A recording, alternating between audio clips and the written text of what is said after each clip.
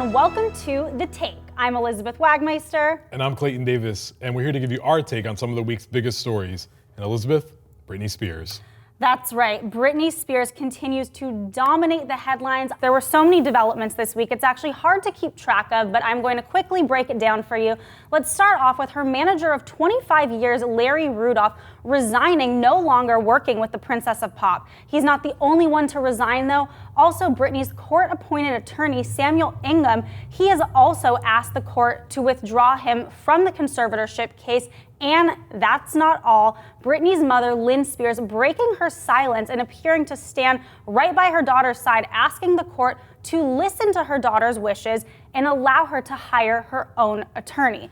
Clayton, there's a lot going on with Miss Spears. I've got to ask you, what's your take on all of this? I mean, every day there's a new Britney development, but I think what we really need to look at here is how far are we from the Handmaid's Tale at this point? It looked like decades, maybe a few weeks ago.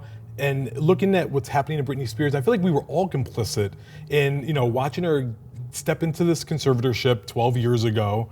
And now looking at the ramifications of just kind of idly sitting by, we are sending a message to women everywhere that maybe your rights aren't yours to have. Well, I think you're absolutely right, but what's great is we, meaning the fans, the world, they are standing with Britney. There seems to be unwavering support. Who really needs to listen and make a decision is the court system, because right now this is being held up. Can Britney get her own lawyer? Well, the court has to appoint that. Can she request to terminate her conservatorship? The court has to allow that. But there is a hearing in just a few days, July 14th, and I will be at the courthouse, so you know that I'll be here on The Take to give you the update on what happens. Can't wait to hear it. Awesome. But now moving on to a little bit of a lighter note, the Cannes Film Festival taking place right now in France.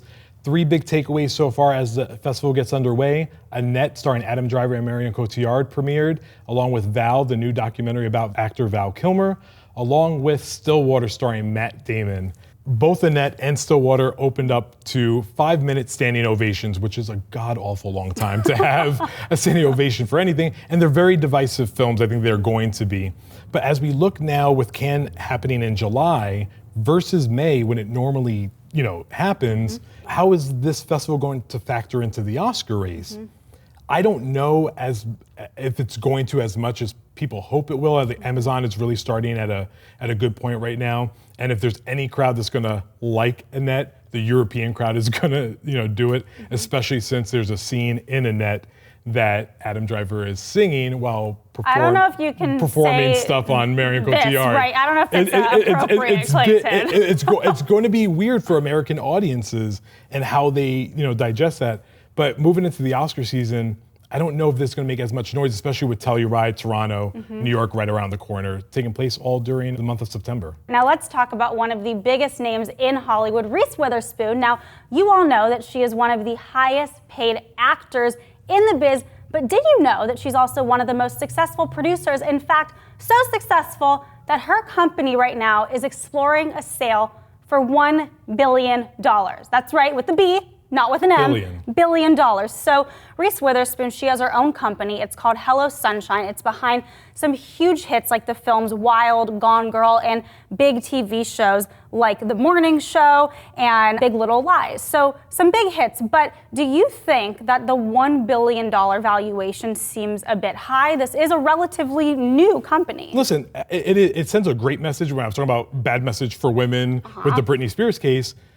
Reese Witherspoon doing, a $1 billion production sell, I think is amazing for her. She has an Oscar for Walk the Line. She's given great performances in films like Election and Legally Blonde. So it's a great message for women to get into the business and to actually see a big, huge profit based on their hard work. Absolutely. I couldn't agree more. Anytime you could put the number billion next to a woman, I am all for it. And Reese has really done the work. She is putting women in the decision-making seats. And speaking of Legally Blonde, perfect timing, because we are actually about 2 days away from the 20-year anniversary of the first film. Fun fact. Oh, it's weird because I'm 20, so that's really strange that way to be coming up like that.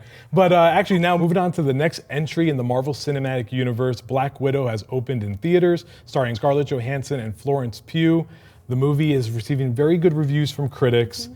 I have to kind of start here though with it. It's a good movie. I'm glad it got made. It's a little too late. And fanboys might get mad at me here, but she dies at the end of Avengers Endgame. Spoiler alert. No, I'm kidding. It's like, how long for a spoiler alert, you guys? She dies at the end of Avengers Endgame. That removes all the stakes from this movie because it takes place between Captain America Civil War and Avengers Infinity War.